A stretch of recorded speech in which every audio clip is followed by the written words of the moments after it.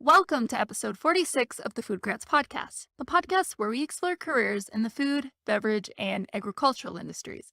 I'm your host, Veronica Hislop, a PhD candidate in molecular science and career partner with FoodGrads. This week on the podcast, I interviewed Melissa Norem, Enterprise Director of Origination at Scoular.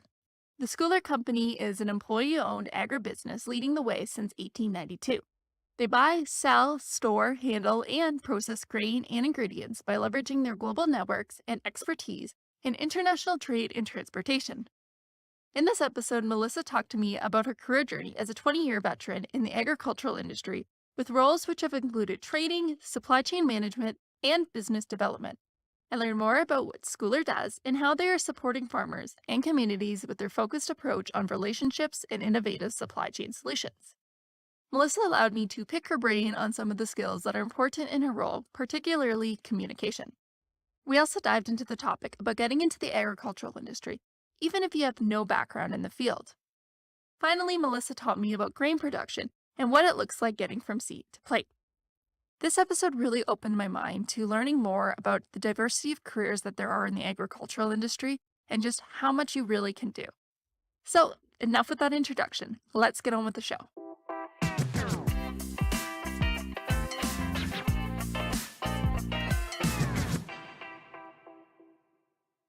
Thank you so much, Melissa, for coming on the show. I am really excited to learn more about your role. I will be honest, I'm not as familiar talking to those who are maybe more progressed in a company with these types of titles. So it'll be really cool to see how your career progression led you to here. So thanks for coming on the show. Yeah, thanks a lot, Veronica. I appreciate you having me. So to get us started in that, I just announced this role without actually talking about it.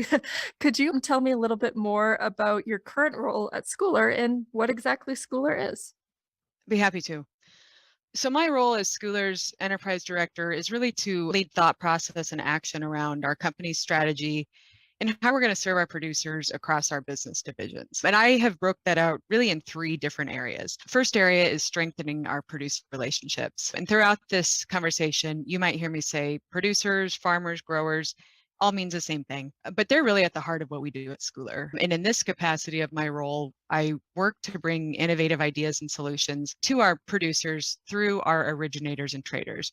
So we would have originators throughout the company that are talking to producers, buying their grain. And then we also have traders that would be talking to like the end users who are going to ultimately process that grain. I also have a producer origination team that I offer leadership to, and they are really focused on training and coaching and supporting all of our operations in the execution of these producer programs and technology.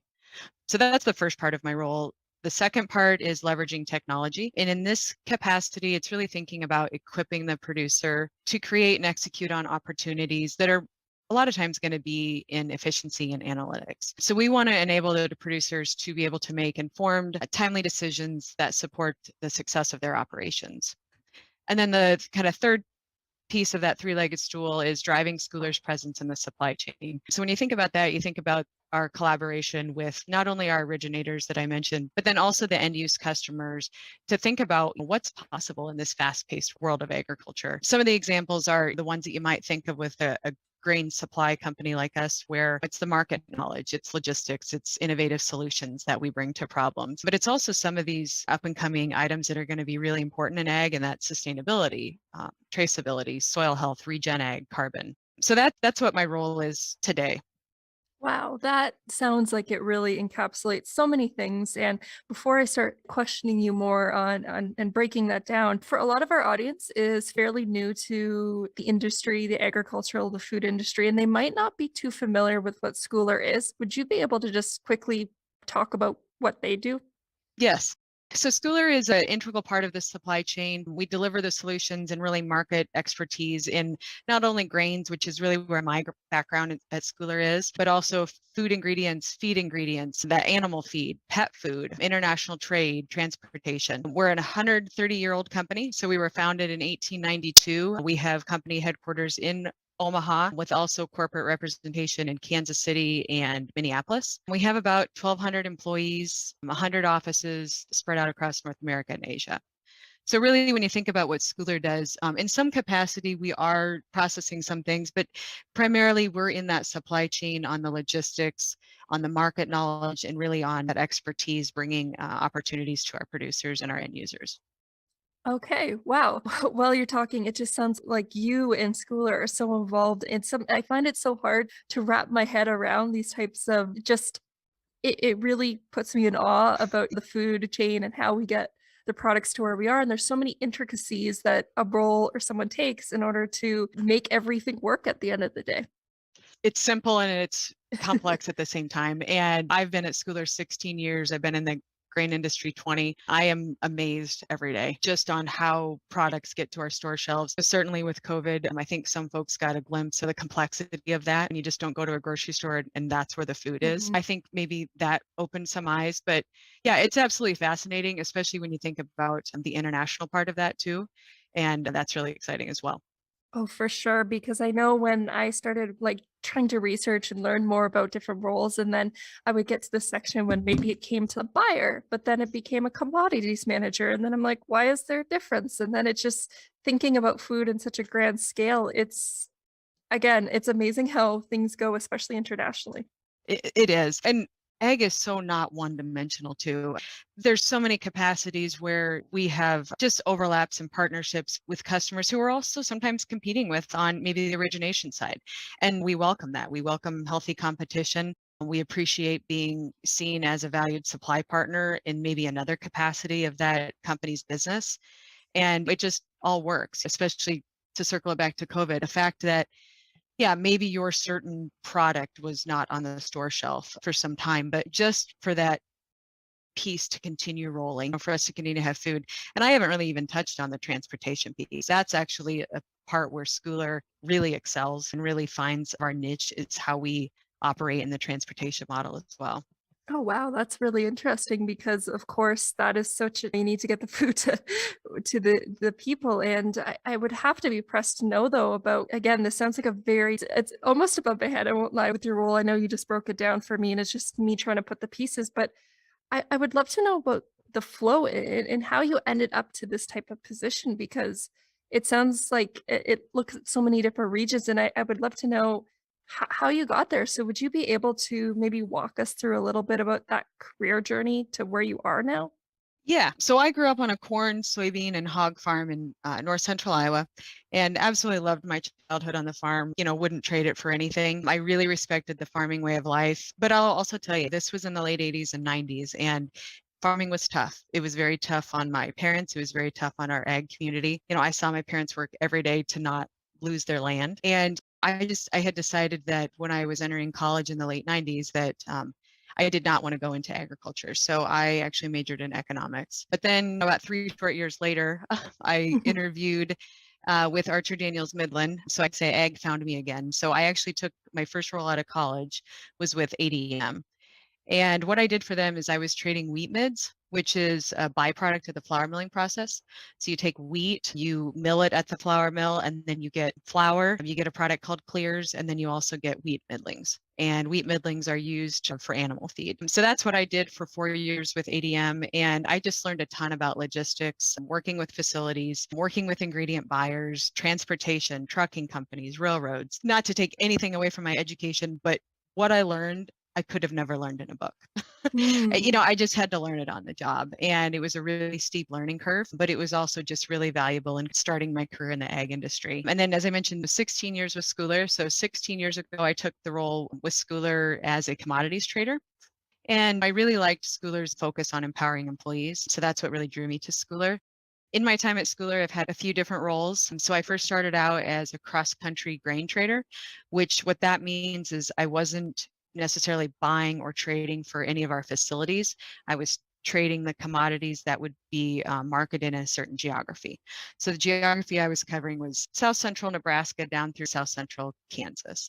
And the commodities I would have been trading were corn, soybeans, milo, and hardwood winter wheat. So that was my first role with Scoular. A few years later, I took a role as a dried distillers grains trader, which that's also DDGs, if some of your listeners are familiar with that term. And that's a byproduct of the ethanol production process.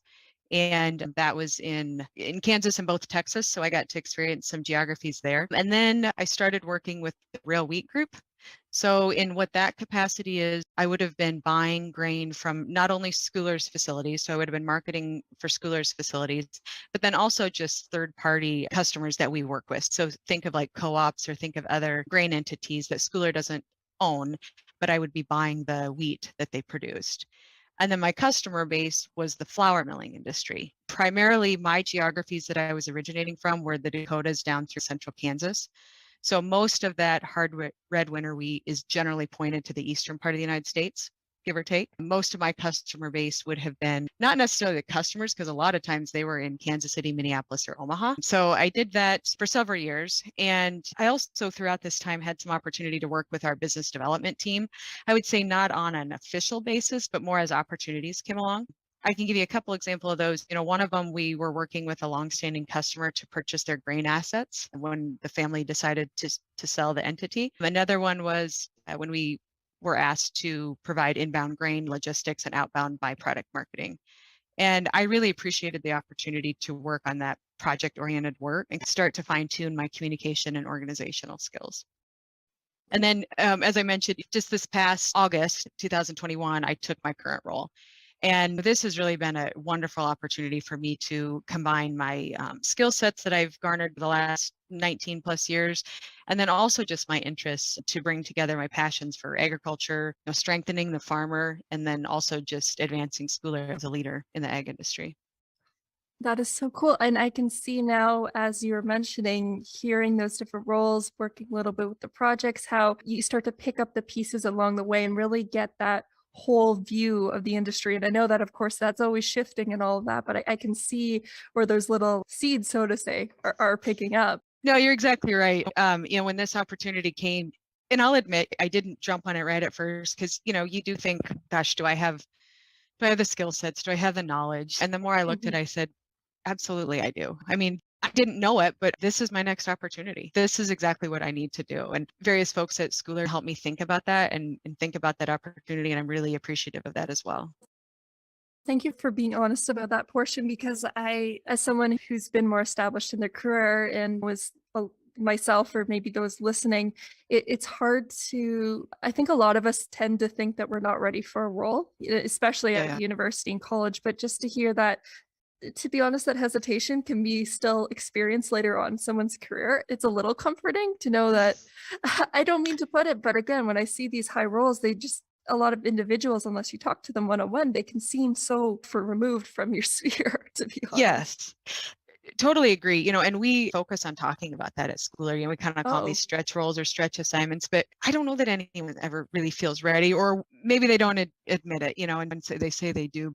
It's kind of that, thinking about, okay, my example that I gave you or examples in the business development, those different examples, I had no blueprint for that. And I just had to Mm. jump in and learn. I had other experiences in my trade career that I had no blueprint and I had to figure it out. And just maybe some advice to folks to think about too, that sometimes a career path isn't always linear. I know maybe it sounds like mine is, just what I've described here too. Mhm. But there have been moves within my career that sometimes could have been seen as backwards. An example of that is within that rail wheat group, I worked my way up after the first few years to be able to trade my own P&L, profit and loss statement. So I was managing that P&L. I was successful in that. And we as a company a few years later decided that it didn't make sense to have that separate P&L away from a couple of the other P&Ls. So we decided to combine those. That consolidated P&L had a different management structure, and I was no longer managing that myself. And can honestly say I never looked at that as a step backwards because I knew that there were things I still had to learn. I knew that I could learn from the manager of that consolidated P&L. And I also knew that the dynamics of combining P&Ls versus working on your own, those skill sets needed to be developed for me as well. So I would also just maybe encourage folks to think about, it doesn't always have to be linear. Sometimes you take a sideways. Sometimes in this case, it might have seemed backwards from the outside looking in. I managed and then I wasn't managing. I really am confident that it's those opportunities that got me to where I am today. You mentioned that Scoular does focus on communication and relationships within the organization and those with farmers. And what you were saying got me thinking about how you might have learned about that as you were going through your career. And I guess I just want to talk a little bit more about that and how you navigated communicating to different types of people, especially in your role. You've had experience with the farmers, those who you've worked in the same facilities, or even with outside companies as you're trading. So, would you talk about if that was something that just came naturally, if you actively worked on it, or maybe just talk about Schooler's philosophy in that aspect? Sure. Yeah, I'm a big believer that not only in professional life, but personal life, communication is number one. Regular communication, repeating main themes so people aren't left to fill in gaps. I think that is so important. And not only to maybe avoid issues or crises, but also when you come upon those, you're so much better adept to be able to talk through those if you have open lines of communication. As far as my career path in communication, I would say it was nothing formal that I did in terms of the communication, but I always really thought about, okay, when I talk, I want that to be of value. I don't want it to talk. I want to make efficient communication. So for example, email is not a conversation piece. Email is a way to get data across or to get short ideas, but not a conversation piece. I was once told if you get more than 2 or 3 emails in a back and forth, it's probably time to pick up the phone, or walk down Hmm. the hall or whatever it might be. So I think that's it. I also always really worked to anticipate the next question. So for example, if I was responding to somebody over the phone or let's say via an email, I tried to be really clear and concise and not leave them having to fill in gaps or then have to ask another question. So to me, that was also really important and the thing that I live and kind of work by.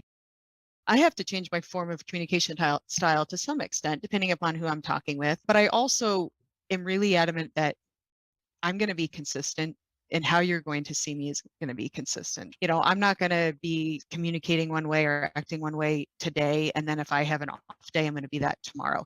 Don't get me wrong. You are going to see maybe some variables, but I just really work to be consistent in my messaging and how I talk to folks. And I think people have come to appreciate that and just to be able to rely on that with me. That's an interesting thing to mention because that also leads me to thinking about one thing that had stood out about, I think it was in a news piece that had mentioned about you that in your role is that you're using technology to enhance relationships. And that stood out to me. Would you be able to maybe talk more about that? Yeah. Yeah, so I mean, technology is here. It's here for everything. It's certainly here for the ag industry. And when we think about that, it can sometimes feel like it's threatening, in terms of, Schooler works so hard to create these relationships. And I shouldn't say even works hard. I mean, it comes natural because this is what we do. Mhm. We serve our producers. We really work to create that relationship. And you can think of technology as threatening to that, but really, what we've decided to embrace is that it really just supports that relationship. The example I gave earlier, where we're looking to empower our producers, give them information on accounting, give them information on markets. You know, the producer is being tasked with more and more variables thrown at them, just given everything that's going on in the world, with less and less time to focus on that. So they are being challenged to embrace technology in their operations as well. So I talk with our folks that we need to do the same. Our producer base is having that same challenge. So, just to give an example of what we've done with technology, we have what's called Scoular View. So that's our producer facing suite of tools that we have available. It includes our customer facing website, it's our app, and then it's also our customer web portal. We're going to continue to build on those. I mean, I kind of say those are the 3 tools in our toolbox right now. We're going to continue to build upon those and what we offer within those. And that's just an example of, what we've done to embrace technology rather than to keep it on the outside looking in. Schooler in general, as a leader in the ag space, we've partnered with various folks to advance some technology, and not only on like the producer front that I'm talking to you about now, but also like on truck transportation. So we have some opportunities within that we've also advanced. We look at it as a way, same as I mentioned that the farmer is tasked with more and more things coming at him with less time and resources. We are as well. The labor force is very tight. We're trying to do more with as many folks as we can, but we know that we have to embrace technology to do that well. But a lot of that technology comes from folks sitting around and saying, gosh, wouldn't it be cool if we could do this? Or this is a very manual process that we do. Can we, bring some technology to this process? Or what if we streamlined this process and we could get that information to our producer faster, say tickets or settlements? So that's really a lot of times how the technology comes to fruition, is looking at, okay, what are the pain points in the process? And then what can we do to make those more efficient? That's really good because again, it brings the farmer focus, bringing forth what helps everyone else because it's easier to adapt technology when innovation comes from addressing problems, and if it's problems that are directly impacting someone is more likely to embrace technology because it's there to help them and improve their workflow. Yes. And we know the world has a growing population, and we need to do more with less. So we've got to figure out ways to do that. For sure, and that does bring up one of the parts why this podcast exists is addressing and bringing awareness to careers in the agricultural, food industries, and that because there is a labor shortage. And one of the things that I was actually curious to know from your opinion relating to that is just talking about when it comes to agriculture and in the food industry, for a lot of younger folks, even like myself, who have been raised in the suburbs or goes to school in the city, that it's really not something that I'm exposed to, or many people aren't. So they can become very far removed from agriculture to even consider going into it. And one of the things, this might have been a personal opinion to you, but how would you say that we can start to expose younger individuals to come work in these environments? Because if you come from the suburbs and then you go out and you want to work in a rural area, it can be a tough decision because you're uprooting your whole life. It's not just, I'm going to choose a different job in the city. So I Yeah. was curious if there was anything that you have seen that has been successful or maybe thoughts you've had on the process that might encourage this to happen. Yeah, I would first off saying, don't let the fact that you don't have a background in ag or knowledge about it deter you from pursuing an interest. I hope your listeners are hearing just the passion that I have for Hmm. agriculture and maybe seeing some of the opportunities within it. But, you know, we're a business just like everybody else. Yes, we need traders. So I've given you an example of kind of what that trade background looks like. We need accountants, we need financial analysts, marketing, communications, human resources, information technology, legal. We need all of that, just like every business really does. And the neat thing about working in the ag industry is that in those capacities, you are going to have exposure to learning about ag within those. You just will, because that will be the focus of what you're doing. There's a lot of learning on the job that way. I still, being 16 years, and I still have people come up and they've maybe been here 3 or 4 years or even more. And they said, I just want to learn more about what Scoular does. And they're successful in their careers at Scoular, but they just want to continue to learn more about what we do and how we serve our producers and our end users. And I think that's really exciting because it tells you two things. One, nobody's an expert and you don't have to be. It also tells you that here at Scoular, we have people that are vested in our business and we want to learn more about it.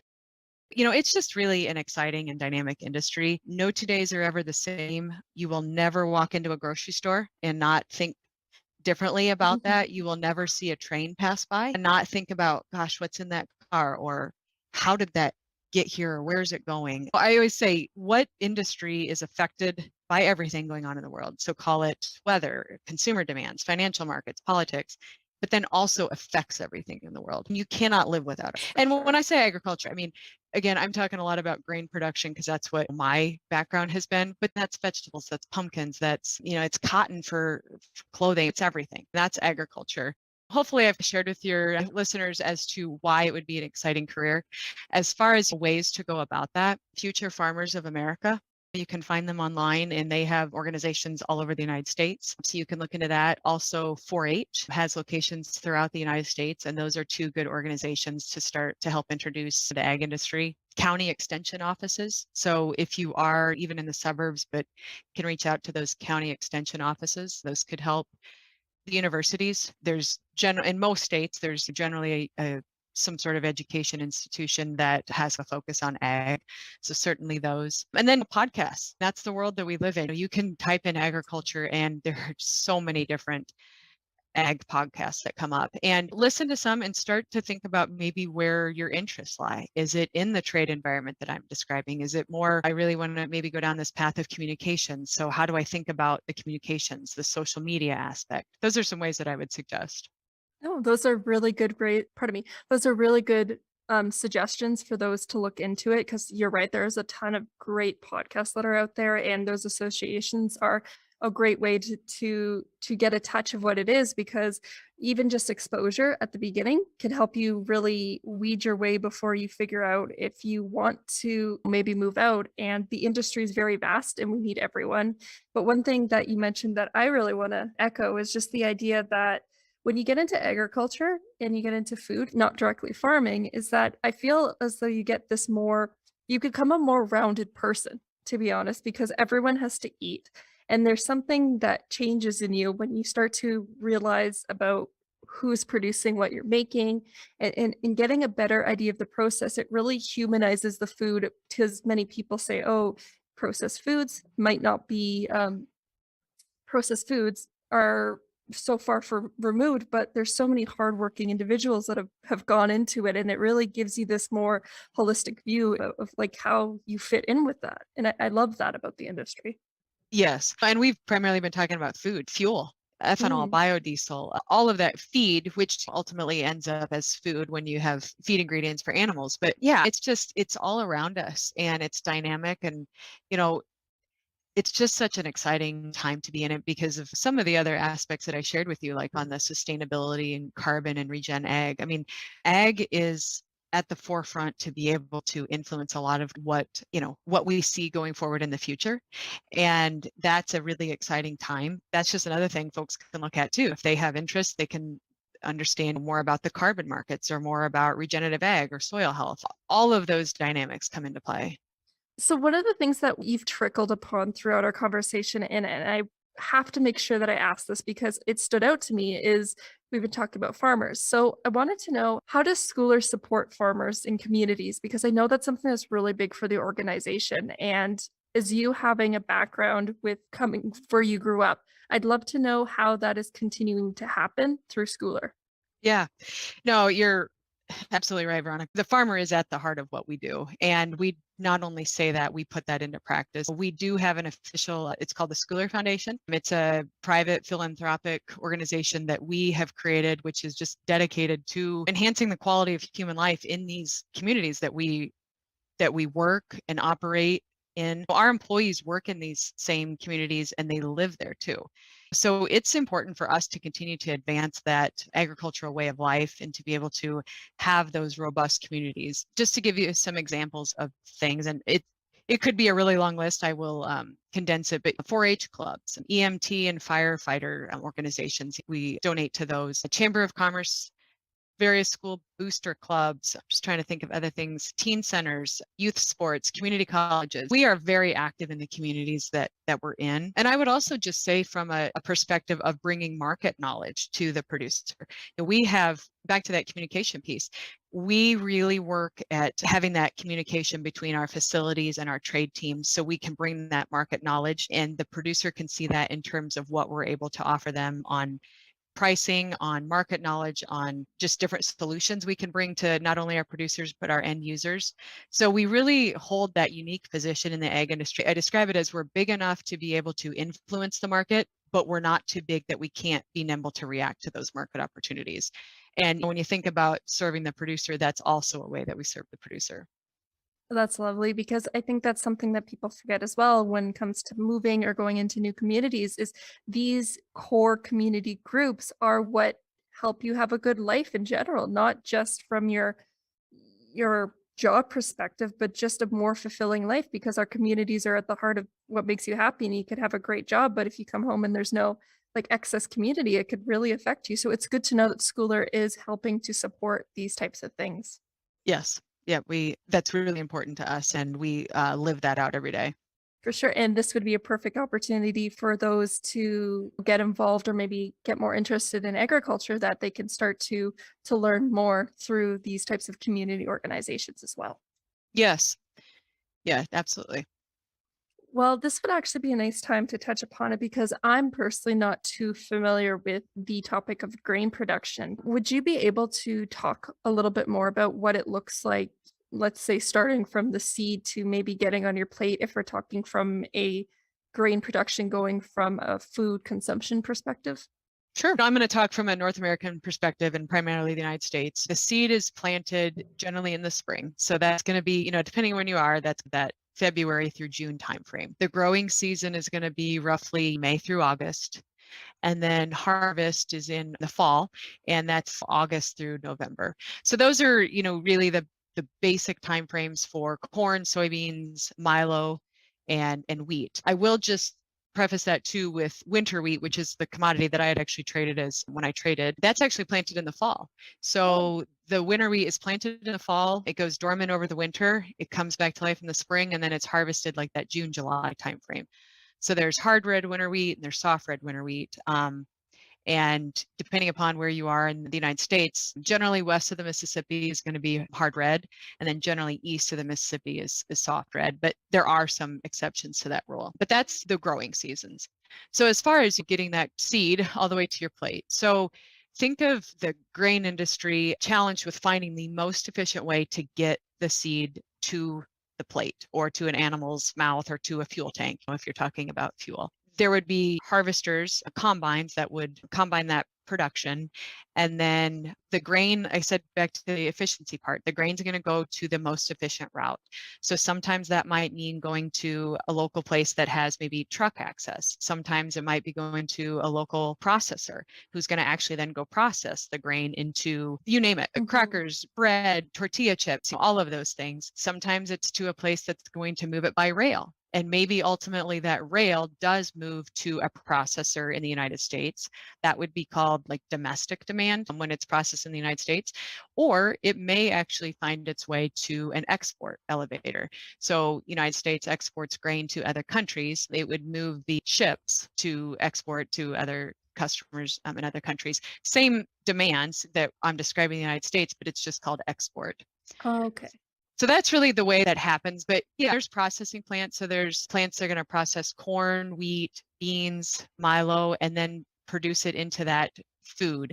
So let's just say, for example, on wheat, because that's my most recent experience in trade, that kernel of wheat is going to ultimately move to a processor, a flour miller. They're going to mill that. And then now it's flour. So now a baker can do what they want with it. They can make crackers, they can make cookies, they can make flour tortilla chips. They can do whatever they need to do with it. So that's how that process works. And then ultimately gets on our store shelves. Okay. Wow. Okay. Well, I've learned something new. I didn't know that there were like seasonal grains. Oh, sorry, was that how you described it? Or Yeah, for the most part, the bulk of the commodities that we talk about in the United States, corn, soybeans, milo, wheat, those are that time frame that I described. So that spring, summer, fall. The winter wheat's the only kind of exception to that. But just along those lines, you're seeing that supply chain, about 8 cents of every dollar of product that you buy is actually like food costs going to grain production. The other 92 goes to that whole other supply chain process that I just described. When you think of packaging, transportation, retail, advertising. There's all these other pieces of it before you might see it at your store shelf. Now, granted, if you're buying from, say, a farmer's market or something like that, that might be able to change things, but more in this mass grain production and mass food production is what I'd be describing. wow. Wow, that isn't that's a very small number. I can see why people are very much saying that we should be supporting our farmers more because I guess, yeah, it makes sense when you have all these individuals who are participating in the food chain that when it comes to the actual production, it starts to dwindle as you keep going. Wow. Absolutely. Yep. Wow. And one other thing I also wanted to ask was, why is grain considered to be a commodity? Because that was something that kind of was hard for me to wrap my head around when I started learning about this subject. And I think you would be the best person to answer that. It's generally because it's going to be pretty uniform. So there's grade standards for corn, for wheat, for milo, for beans. So it is fairly commoditized. Now, there are exceptions to that rule, certainly. So to make some of these products that I've described, you might need this certain quality of wheat or this certain protein of wheat. So those are exceptions, but for the most part, it is a pretty homogeneous, I shouldn't explain commodity with the word commodity, but it's a pretty homogeneous product is Okay. why the term commodity gets used, because it's pretty homogeneous and it's moving in like mass production. Some of these trains that I'm describing that we load at our shuttle facilities, they're going to load 110 to 120 rail cars. And that's going to be hauling between 400 and 450,000 bushels of grain. Monstrous. It's back to that efficiency standpoint, is finding the way to be able to get it in the most efficient manner to whatever the final consumption is going to be. Okay, that makes more sense. Yes, because it's so hard for me to conceptualize like the combination of all these farmers coming together when it just seems so like I when I think of grain, I do the first image that comes into my mind is one farmer and their grain coming towards it, but there's a lot people eat a lot of grains. Yeah, they do. And it starts with one farmer, a combination of several one farmers. So yeah, it's really getting that efficient way. That partnership I mentioned, Scoular is really involved in that transportation piece. A lot of that it's trucking and it's also rail. And to the extent sometimes it does move by ships if it's going for export. That makes sense. One thing I did also again wanted to shift the conversation back to you and just put a little focus because I do like to look at your individual, you as an individual and your career. And we talked about how you've developed through your career. And I wanted to know where it goes from here. And what skills are you currently working on now that you're thinking that will better benefit you for this career? Yeah, I'm going to come back to the communication. Like Okay. that is just an ongoing, and especially as I'm seeing new opportunities to communicate in different ways to not only the same folks that I have at Scoular, but to also different folks at Scoular, just in this new capacity. So definitely communication, different modes of communication. So sometimes it's PowerPoint, sometimes it's presentations. All of that plays into it. And then just in different conversations that we're having to, like I said before, keep consistent, but be able to adapt to the different conversations that are being had. So I would say communication is always going to be on my number one list. But as far as maybe some other things, I've always been a very organized person, but I've had to take it to a different, I don't want to say level necessarily, but just a different aspect right now, because I do have a lot of different pieces to think about and to manage. A lot in the trade environment, while we were looking out forward and looking at markets out forward, and then the deferred months, most of the opportunity was within the logistics that we were doing day to day, week to week, month to month.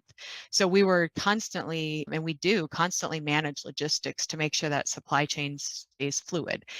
In my role now, it's a lot of that forward thinking. So it's a lot of thinking about strategy. It's thinking about people management. It's thinking about resource design. It's thinking about new opportunities. So that has definitely been a shift in mindset.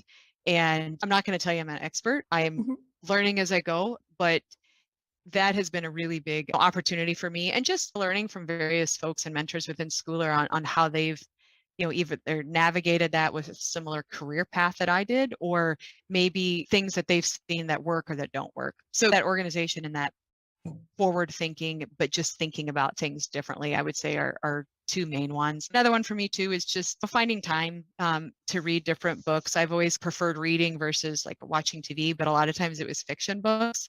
And now I alternate between those and then just various business development books that help me think about things a little bit differently. As far as what's next on my plate at Scoular, I don't know. I'm in this one for a while here, and I don't know where that will take me, but I'm really thankful to be a part of the organization where I get to help influence what Scoular's path looks like going forward, especially as it relates to advancing our producers.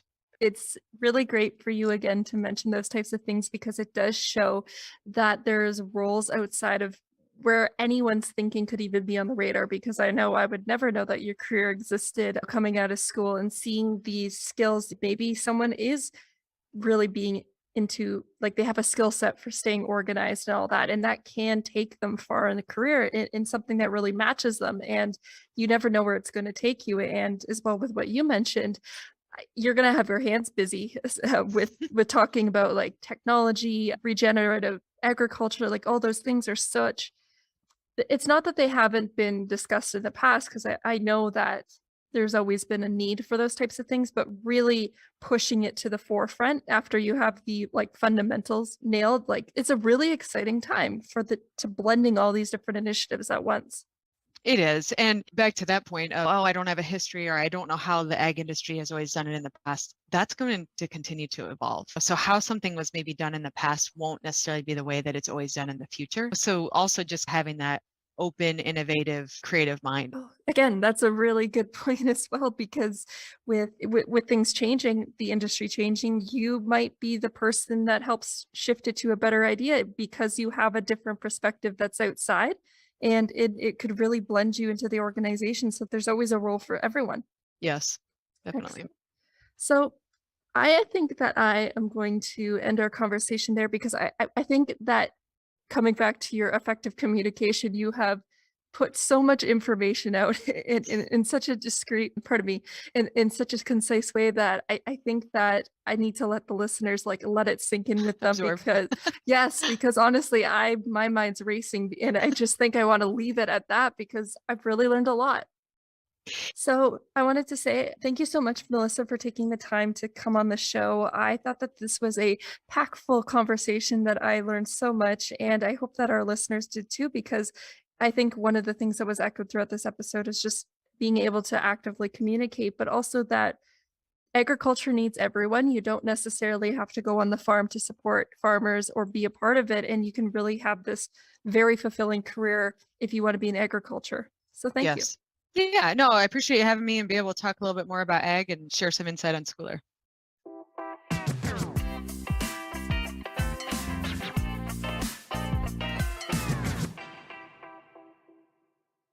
That was episode 46 of the FoodGrads Podcast. All the notes to this podcast can be found on the FoodGrads blog or by clicking on the Student and Grads tab on the homepage.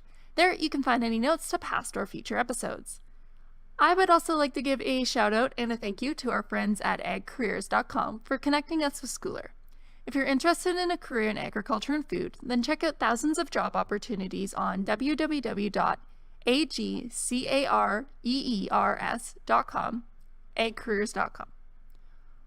That was a great episode and I learned so much from Melissa. It is always interesting to learn more about like higher up roles in an organization, what exactly they entail, and how they shape an organization. It really gives perspectives on how there can be so many places you can go and grow within your career. You can move laterally, upwards, backwards, depending on what works best for you. After all, you never know where life is going to take you. I think this also highlights the fact that the agricultural industry is huge and is always looking for folks from all walks of life. You can be someone who comes from the suburbs or even the city. So even if growing up you didn't grow up on a family farm or something like that, that is fine because the agricultural industry is looking for everyone. All you have to do is show an interest for agriculture and let your skills take you from there because they're always looking for unique individuals.